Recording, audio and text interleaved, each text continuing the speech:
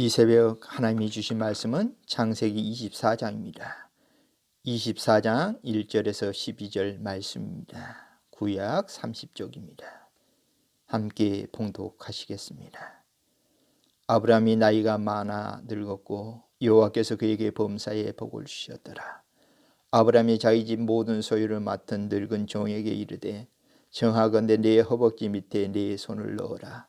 네가 너에게 하늘의 하나님 땅의 하나님이신 여호와를 가리켜 명세하게 하노니 너는 네가 거주하는 이 지방 가나안 족속의 딸 중에서 네 아들을 위하여 아내를 택하지 말고 네 고향 네 족속에로 가서 네 아들 이삭을 위하여 아내를 택하라.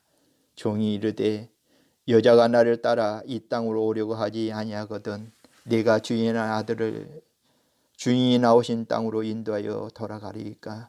아브라함이 그에게 이르되 네 아들을 그리로 데리고 돌아가지 아니하도록 하라.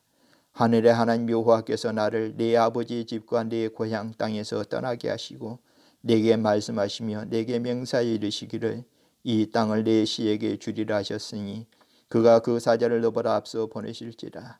네가 거기서 네 아들을 위하여 아내를 택할지니라. 만일 여자가 너를 따라오려고 하지 아니하면 나의 이 맹세가 너와 상관이 없나니 오직 네 아들을 데리고 그리로 가지 말지니라. 그 종이 이에 그의 주인 아브라함의 허벅지 아래에 손을 넣고 이 일에 대하여 그에게 맹세하였더라. 이에 종이 그 주인의 낙타중 10匹를 끌고 떠났는데 곧 그의 주인의 모든 좋은 것을 가지고 떠나 메소포타미아로 가서 나홀의 성에 이르러 그 낙타를 성과 우물 곁에 굴렸으니 저녁 때라.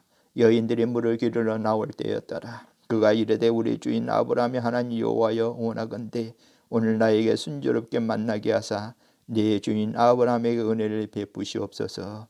아멘.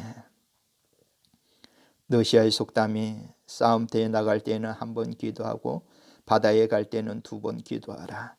그리고 결혼할 때에는 3번 기도하라는 말이 있습니다. 풍랑을 헤쳐가야 하는 항해보다 총탄을 뚫고 싸워야 하는 전쟁보다 결혼이 더 힘든 여정이며 기도하면서 생활해야 함을 말해주고 있습니다. 오늘 읽은 24장의 말씀을 통해 결혼의 원리에 대해서 한번 생각해 보고자 합니다.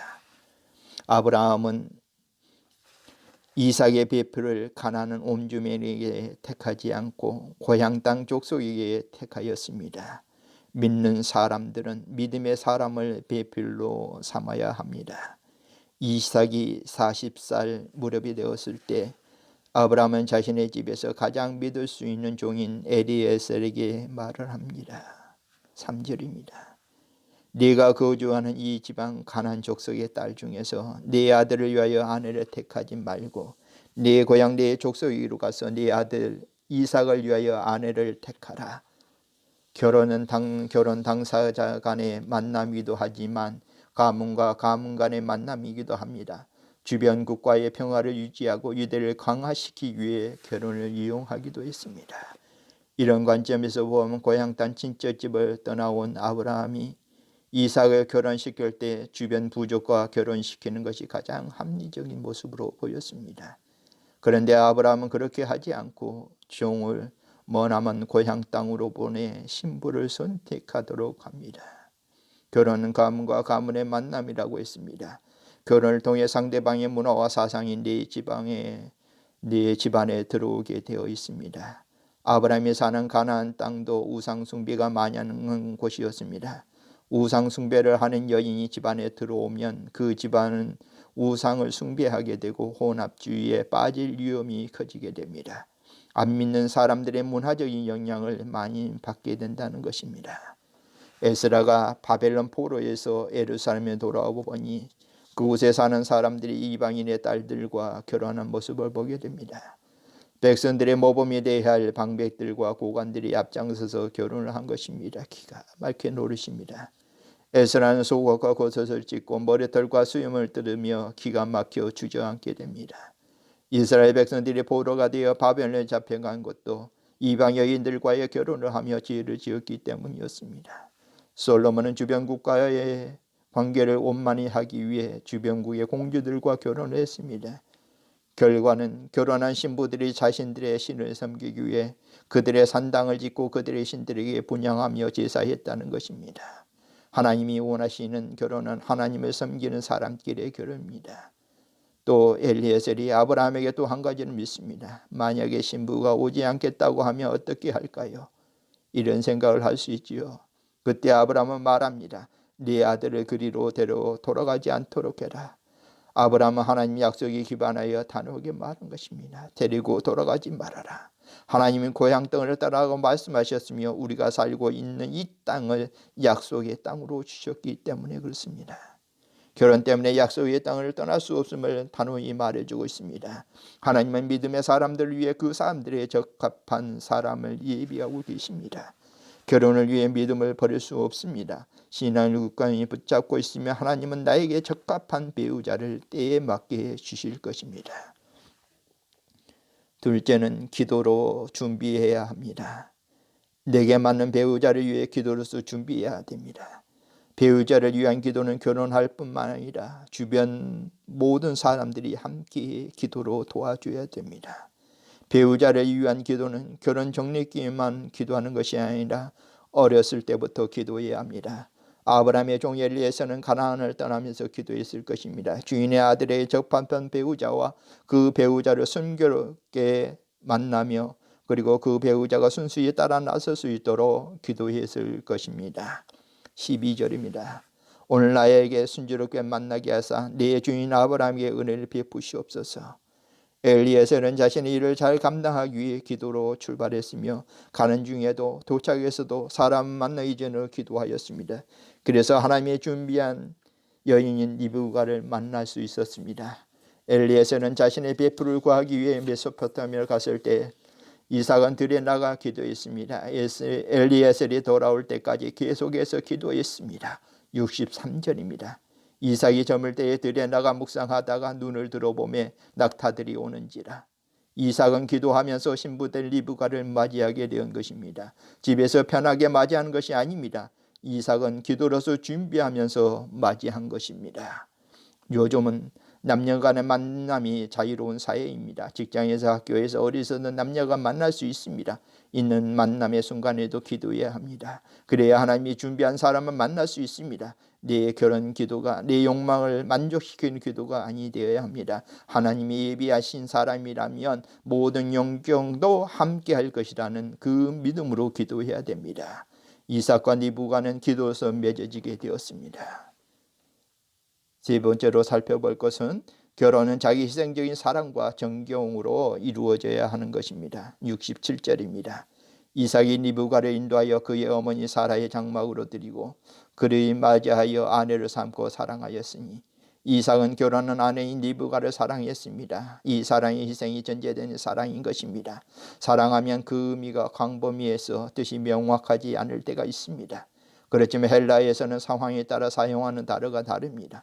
남녀 간의 사랑을 에로스의 사랑이라고 말합니다. 정황상으로 보면 이삭이 리브가를 사랑했다고 하면 에로스의 사랑이 맞을 것입니다. 그런데 여기에서의 사랑은 에로스의 사랑이 아니라 아가페의 사랑입니다. 자기 희생적이며 헌신적인 사랑을 말해주고 있습니다. 믿는 사람들의 사랑은 육적인 사랑이 머무는 것이 아닙니다. 그 안에는 희생이 전제되어야 함을 말해주고 있습니다. 사도 바울의 에베소서 5장에서 부부에 대해 말하고 있습니다. 남편들의 아내 사랑에 대해서도 말해주고 있습니다. 에베소서 5장 25절입니다. 남편들아 아내 사랑하기를 그리스도께서 교회를 사랑하시고 그 교회를 위하여 주심을 자신을 주심같이 하라. 사도 바울은 남편들이 아내 사랑하는 원리를 어디에서 찾았는가 하면 예수님이 교회를 위해 자신을 희생하신 것에서 찾으셨습니다. 예수님은 교회인 성도들을 위해 십자가에서 죽으셨습니다. 그것은 희생적인 사랑입니다. 아내들은 어떻게 해야 합니까? 에베소서 5장 24절입니다. 교회가 그리스도에게 하던 아내들도 범사에 자기 남편에게 복종할지니라. 여기서 남편을 무조건 따르고 명령하라는 것이 아닙니다. 자발적이며 자연스럽고 기쁨과 감사에 넘치는 내조를 말하는 것입니다. 또한 사도 바울은 사랑은 오래 참는 것이라고 했습니다. 네 번째 원리는 결혼은 부모를 떠나는 것입니다. 이것은 몸만 떠나는 것이 아닙니다. 정서적인 의존에서도 떠나야 합니다. 하나님 아브라함에게 하하를 베풀어 주셨습니다. 아담이 하하를 보고 내 뼈 중에 뼈요 살 중에 살이라고 말합니다. 다음 절에서 이러므로 남자가 부모를 떠나 그의 아내와 합하여 둘이 한 몸을 이룰지니라고 하셨습니다. 하나님은 분명히 말씀하십니다. 남자는 부모를 떠나야 한다고 하십니다. 다른 나라보다 우리나라는 결혼한 자녀와 분리가 잘 안 되는 것을 많이 볼 수 있습니다. 자녀가 결혼했는데 경제적으로 정서적으로 독립을 시키지 못한 부모들을 볼 수 있습니다. 결혼한 집에 찾아가서 도와줄 곳은 없나, 혹은 결혼한 자녀가 찾아오지 않으면 자기 처에게 푹 빠져서 찾아오지 않는다니 하면서 서운해하십니다. 창세기를 통해 말씀해 주신 것은 부모를 떠나라입니다. 종교개혁가 갈부는 이 구절을 남편은 부모보다 아내를 더 사랑해야 한다, 떠나라는 마음은 부모를 버리고 효도하지 말라는 의미가 아니라 결혼이 다른 어떤 것을 통해서도 방해될 수 없다는 것을 나타낸 것이다 라고 했습니다. 또한 떠난다는 것에는 경제적인 의존뿐만 아니라 지리적으로 떠나야 함을 말하고 있습니다. 하나님의 명령인 결혼 후 부모를 떠나야 하는데 그렇지 못한 경우 가정에 문제가 생길 수 있습니다. 부모와 경제적으로 정서적으로 결합되어 있으면 부부간의 온전한 연합이 이루어질 수 없습니다. 부모를 떠나야만이 둘이 한 몸을 온전히 이룰 수 있습니다. 결혼은 부모를 떠나야 합니다. 그랬을 때 부모를 의지하기보다는 하나님을 의지할 수 있게 됩니다. 말씀을 맺겠습니다. 성공적인 결혼을 위해서는 하나님을 섬기는 남녀가 만나서 결혼을 해야 됩니다. 기도서 늘 준비해야 됩니다. 결혼은 사랑과 존경심이 있어야 합니다. 마지막으로 결혼은 부모를 떠나 두 사람이 한 몸을 이루는 것입니다.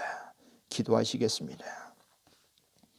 결혼을 앞둔 형제 자매들을 위해 기도합니다. 하나님이 예비해 두신 리브가와 이삭과 같은 배우자를 만나는 축복을 허락하여 주옵소서. 기도하는 배우자를 만나게 하시며 하나님을 중심에 두고 경건한 삶을 살아가는 배우자를 만나게 하옵소서. 헌신과 희생으로 사랑해 줄 남편과 존경을 가지고 남편을 도울 아내를 만날 수 있도록 허락하여 주시기를 원합니다. 말씀을 가까이 하며 말씀에 순종하는 하루 되기 원합니다. 만나는 사람들의 평화의 사람이 되게 하시며 힘드는 사람들을 위로할 수 있는 영적 능력이 충만한 교우님들 될 수 있도록 하옵소서. 예수님의 이름으로 기도하옵나이다. 아멘.